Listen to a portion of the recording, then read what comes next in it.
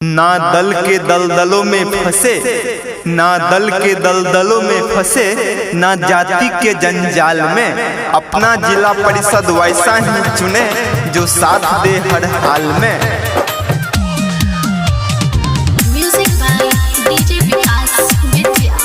लालू भैया जिंदाबाद जिंदाबाद जिंदाबाद, लालू भैया जिंदाबाद जिंदाबाद जिंदाबाद, लालू भैया जिंदाबाद जिंदाबाद जिंदाबाद।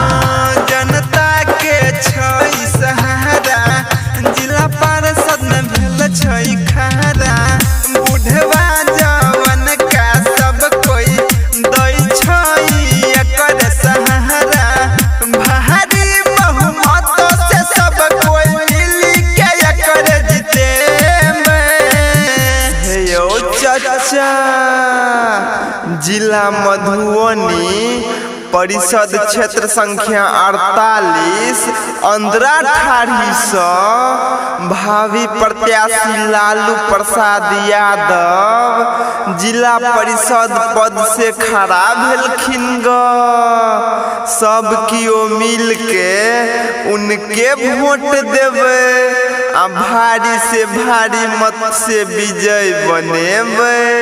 जिला परिषद बनेबे, जिला परिषद बनेबे। लालू भैया जिंदाबाद जिंदाबाद जिंदाबाद, लालू प्रसाद के यही पर जीतेबे। लालू भैया जिंदाबाद जिंदाबाद जिंदाबाद।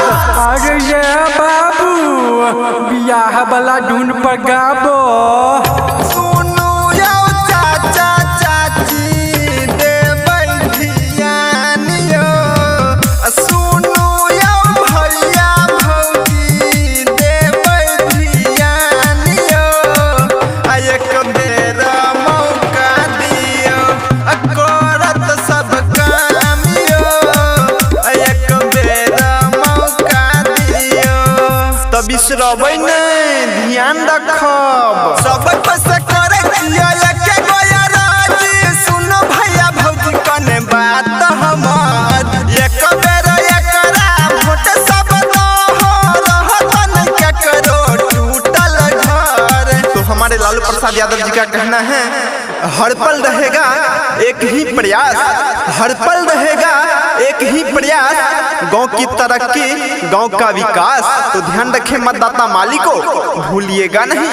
लालू प्रसाद यादव, लालू प्रसाद यादव को अपना कीमती वोट देकर भारी से भारी मतों से विजय बनावे। तब के बुझे छै परिवार, करब नहीं वोट बेकार। सब के बुझे छै परिवार, करब नहीं वोट बेकार। भारी बहुमत से सब कोई एकर जीतेबे। जिला परिषद बनेबे, वोट देबे लालू भैया के। ओइ बेर जीतेबे, जिला परिषद बनेबे। तो जी हाँ, अगर आप भी प्रचारिक कैसेट बनवाना चाहते हैं तो आज ही संपर्क करें। हमारे यहाँ ऑनलाइन और ऑफलाइन दोनों सेवाएं उपलब्ध हैं।